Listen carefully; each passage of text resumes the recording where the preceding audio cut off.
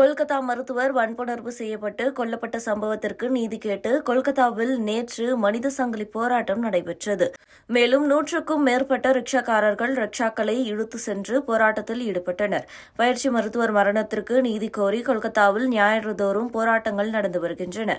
கடந்த ஆகஸ்ட் 9ஆம் தேதி கொல்கத்தாவில் உள்ள ஆர்ஜிகர் மருத்துவக் கல்லூரி மருத்துவமனையில் முதுநிலை பெண் பயிற்சி மருத்துவர் ஒருவர் பாலியல் வன்கொடுமை செய்து கொல்லப்பட்டார். இந்த சம்பவம் நாடு முழுவதும் அதிர்வலைகளை ஏற்படுத்தியது. இந்த வழக்கில் காவல்துறைக்கு உதவும் தன்னார்வலராக பணியாற்றி வந்த சஞ்சய் ராய் என்பவர் கைது செய்யப்பட்டு அவரிடம் விசாரணை நடைபெற்று வருகிறது. கொல்கத்தா உயர்நீதிமன்ற உத்தரவை தொடர்ந்து இந்த வழக்கை சிபிஐ விசாரித்து வருகிறது.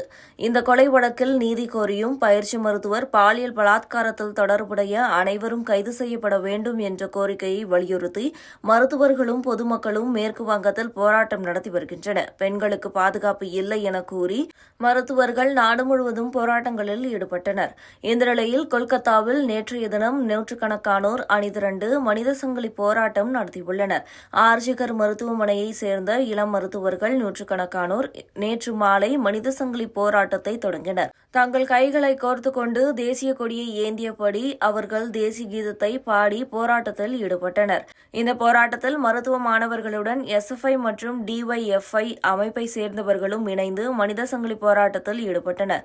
கொல்கத்தா மட்டுமின்றி மேற்கு வங்கத்தின் பிற பகுதிகளிலும் போராட்டம் நடைபெற்றது. தெற்கு கொல்கத்தாவில் 40க்கும் மேற்பட்ட பள்ளிகளைச் சேர்ந்த முன்னாள் மாணவர்கள், பெண்கள் உட்பட 4000 பேர் 2 கிலோமீட்டர் தூரத்திற்கு பேரணியாக நடந்து சென்றனர். பயிற்சி மருத்துவர் பாலியல் பலாத்காரம் செய்யப்பட்டு கொல்லப்பட்ட வழக்கில் குற்றவாளிகளுக்கு தண்டனை உறுதி செய்யப்படுவதுடன் அனைத்து இடங்களிலும் பெண்களின் பாதுகாப்பு உறுதி செய்யப்பட வேண்டும் என்ற கோரிக்கையை அவர்கள் முன்வைத்துள்ளனர். மேலும் கொல்கத்தாவில் 100 ரிக்ஷா ஓட்டுநர்கள் ரிக்ஷா வண்டிகளை தங்கள் கைகளால் இழுத்தபடி ஊர்வலம் சென்று போராட்டத்தில் ஈடுபட்டனர். பாதிக்கப்பட்ட பெண் மருத்துவருக்கு நீதி கோரி கடந்த ஆகஸ்ட் 14ஆம் தேதி முதல் ஒவ்வொரு ஞாயிற்றுக்கிழமையிலும் பொது இடங்களில் ஆயிரக்கணக்கானோர் அணிதிரண்டு போராட்டம் நடத்தி வருவதும் குறிப்பிடத்தக்கது.